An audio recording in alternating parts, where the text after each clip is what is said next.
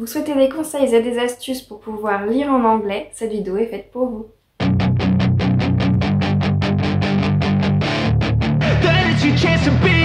Hey kid, don't ever let them get inside your head. They'll tell you what to do in life instead of everything you know that you could get. Don't let them guide your life. Bonjour à tous, c'est Edwin, je vous retrouve aujourd'hui pour une nouvelle vidéo où je vais vous présenter mes conseils et mes astuces et surtout mon astuce pour pouvoir lire en anglais. Le premier conseil que je peux vous donner, c'est surtout de connaître votre niveau d'anglais. Ça paraît bête dit comme ça, mais si vous ne connaissez pas votre niveau d'anglais, ça va être compliqué de pouvoir trouver quelque chose qui soit adapté à vous, à votre niveau, et donc vous risquez tout simplement le découragement. Si c'est possible pour vous, si vous êtes encore à l'école ou à la fac, n'hésitez pas à demander à vos professeurs afin de connaître votre niveau. Si ce n'est pas possible pour vous, je suis sûre que vous pouvez trouver des tests sur internet afin de connaître votre niveau. En second conseil, ce que je peux vous conseiller, c'est tout simplement de ne pas vous précipiter. Ce n'est pas une honte, il ne faut pas hésiter une seule seconde à lire des livres pour enfants. Si vous considérez que votre niveau est vraiment bas, n'ayez pas non plus honte de vous tourner vers des livres bilingues qui existent, où sur une page vous allez avoir la langue originale et sur l'autre page la langue en français traduite. Le but de la manœuvre, c'est vraiment de voir pour vous une vraie amélioration. Ce n'est surtout pas de vous décourager. Si vous ne voyez pas d'amélioration parce que vous avez pris un niveau beaucoup trop élevé, que vous avez beaucoup plus de mal, etc., forcément le découragement sera beaucoup plus simple et beaucoup plus rapide. Vaut mieux donc commencer petit mais aller plus loin que commencer plus grand mais s'arrêter rapidement. Ce que je peux vous conseiller si vous ne savez absolument pas où trouver des livres pour enfants ou adapté à votre niveau, n'hésitez pas à vous rendre sur le site Book Depository. Il est parfait parce que dans les livres pour enfants, vous allez tout simplement avoir des tranches d'âge. Moi, le premier livre que j'ai lu en anglais, que j'ai acheté sur Book Depository, par exemple, c'est un livre qui est catégorisé 6-8 ans. Et je l'ai lu il y a 4 ans. Donc voilà, c'est pour vous dire, c'est pas du tout une honte et surtout ça vous permet de vous aiguiller et de commencer à un niveau acceptable. Évidemment, si vous avez un niveau A2, je ne suis pas sûre que de lire un livre pour enfants de 6-8 ans ce soit l'idéal pour vous. Mais voilà, encore une fois, vous faites en fonction de ce que vous en ressentez le besoin. Si ça fait vraiment longtemps que vous n'avez pas lu un livre, n'hésitez pas à prendre une tranche d'âge plus jeune pour vous. Alors le troisième conseil, je sais qu'il peut paraître vraiment bête, mais c'est tout simplement de lire ce qui vous plaît. Je sais, vous allez vous dire, bah oui, mais la jeunesse ça me plaît pas, bon, j'ai pas trop le choix de ce que tu as dit. Oui, certes, mais dans la jeunesse, vous pouvez retrouver du fantastique, vous pouvez retrouver des thrillers avec des livres de suspense, etc. Rapprochez-vous vraiment le plus possible de ce que vous aimez lire, de ce qui va vous plaire. Pourquoi lire ce qui ne nous plaît pas serait un piège? Tout simplement parce que, comme les points précédents, si vous lisez quelque chose qui ne vous plaît pas, le découragement va beaucoup plus vite être présent. Moi la première, même en lisant en français un livre qui ne me plaît pas, je mets beaucoup plus de temps à lire, je suis beaucoup moins dans ma lecture et c'est forcément pas ce qu'on cherche ici. Alors j'ai 3 astuces facilitantes à vous présenter maintenant. Le premier, tout simplement, c'est le livre bilingue. Comme je vous l'ai déjà dit, comme je vous l'ai déjà présenté, le livre bilingue, il est parfait pour débuter et il est parfait pour se replonger dans la lecture, que ce soit de la lecture VO anglaise ou de la lecture VO espagnole, allemand, peu importe. L'avantage de ces livres, c'est effectivement que vous avez une page traduite et une page en version originale. L'avantage de cela, c'est que vous pouvez lire seulement la page en VO, mais du coup pouvoir plus simplement vous reporter sur la page précédente afin de retrouver le mot que vous ne comprenez pas. Et si ce n'est pas un mot que vous ne comprenez pas, mais le sens, vous pouvez aussi vous reporter à l'autre page afin de trouver le sens et de comprendre la traduction. La deuxième astuce facilitante que je peux vous donner, c'est tout simplement, si vous avez une liseuse, de lire en e-book. Le grand avantage, et ça je l'ai découvert récemment de l'e-book, c'est que quand vous lisez votre livre en anglais et que vous ne savez pas trop le mot en anglais, vous n'avez pas à aller chercher sur internet avec votre portable à côté, vous n'avez pas non plus à aller chercher dans un dictionnaire physique en papier, vous avez tout simplement à cliquer sur le mot en question et vous avez une définition. L'avantage c'est que la définition elle est également en anglais. Évidemment si vous ne comprenez pas la définition, ça peut être plus compliqué, mais ça aide quand même à s'améliorer, ça aide à essayer de comprendre avec d'autres mots.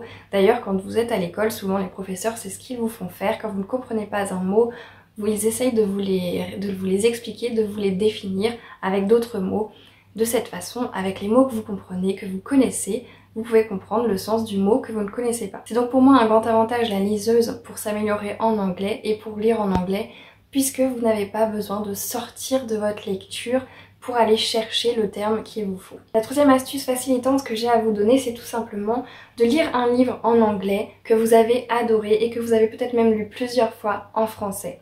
Si c'est un livre qui est adapté à votre niveau, vous allez voir que ça peut vraiment vous aider parce que même si vous ne comprenez pas les mots en particulier, en connaissant déjà l'histoire, en ayant déjà lu le livre en français, vous allez comprendre peut-être plus le contexte, beaucoup moins vous prendre la tête et peut-être du coup plus facilement lire en anglais. Parce que rappelez-vous, l'important en anglais, ce n'est pas de comprendre mot par mot, parfois il suffit juste de comprendre le contexte et du coup ça passe tout seul. Alors maintenant je vous présente mon astuce à moi, c'est vraiment ce qui fonctionne pour moi, c'est vraiment ce que je fais régulièrement et c'est ce qui pour moi a le plus de sens, c'est vraiment ce qui m'aide personnellement. Donc mon astuce elle est extrêmement bête et pourtant je ne la vois quasiment jamais passer. La plupart des gens qui vous donnent des conseils, ils vous ont donné à peu près les mêmes conseils que ce que je vous ai donné avant. Donc c'est vrai que je trouve ça dommage de ne pas justement parler de cette astuce. Alors je n'ai pas le livre avec moi mais je vous en ai parlé récemment de cette astuce, notamment dans la vidéo où je vous présente ma palle de printemps. L'astuce donc elle est toute simple.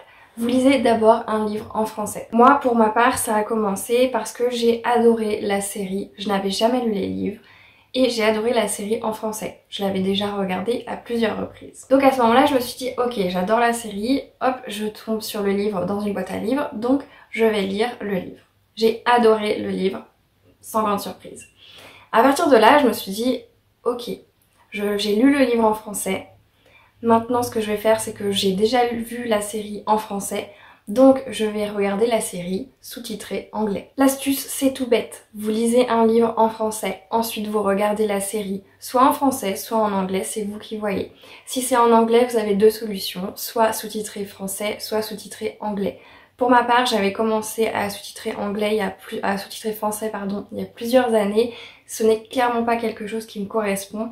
Tout simplement parce que quand je mettais les sous-titres en français, finalement mon oreille n'écoutait plus l'anglais, mais par contre mes yeux eux se focalisaient juste sur la traduction en fait qui était sur l'écran. Donc pour moi ça ne m'avançait pas du tout puisque au final je ne faisais que lire, je ne voyais pas du tout les images et je n'entendais pas non plus vraiment ce que disaient les personnes en anglais. Donc ce que je fais, je lis mon livre en français, je regarde ensuite la série en anglais, sous-titré anglais. Évidemment, vous pouvez faire les choses dans le sens que vous voulez. Vous pouvez également regarder la série en français avant, comme moi je l'avais fait, ensuite lire le livre en français, ensuite regarder la série sous-titrée français, ensuite regarder la série sous-titrée anglais.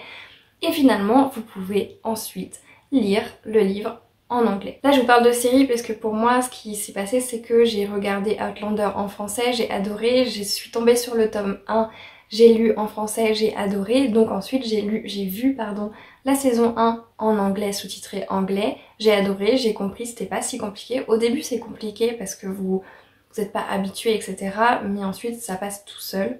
Encore une fois ça dépend de votre niveau, mais encore une fois cette astuce elle est possible de le faire par exemple sur les Charlie et la chocolaterie de Roald Dahl. Vous le lisez en français, vous regardez le film en français, peu importe l'ordre. Ensuite, vous le regardez en anglais, sous-titré anglais ou sous-titré français, peu importe l'ordre. Et ensuite, vous le regardez en anglais et vous lisez en anglais. Et Charlie et la chocolaterie, l'avantage c'est que c'est un livre pour enfants. Encore une fois, ce livre-là sur Book Depository, il est classé en 6-8 ans. Donc forcément, vous pouvez le lire, il est assez accessible. Donc voilà, mon astuce à moi, c'est vraiment ces quelques étapes qui paraissent tout à fait bêtes, mais qui finalement vous préparent petit à petit à la compréhension finale de l'œuvre en anglais et à la lecture du livre en anglais. Puisque vous allez passer du français, vous aurez compris le sens en français, vous saurez ce qui se passe.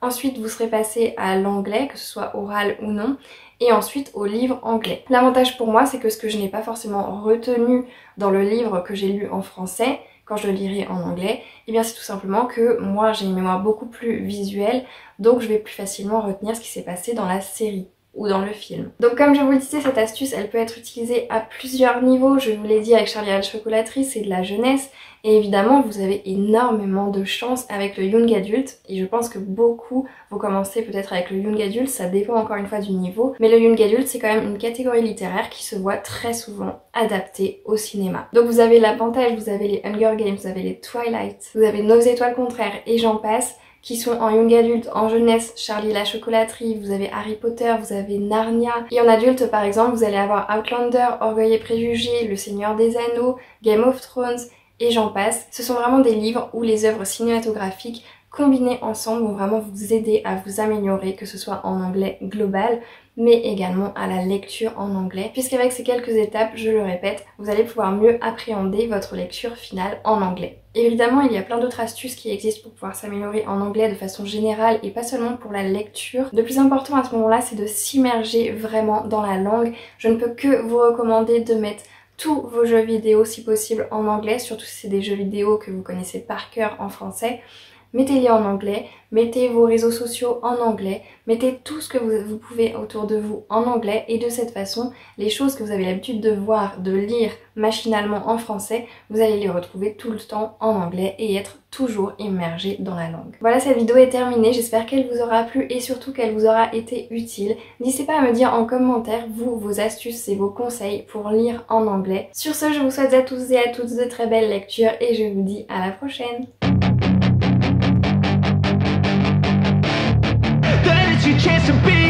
Hey kid, don't ever let them get inside your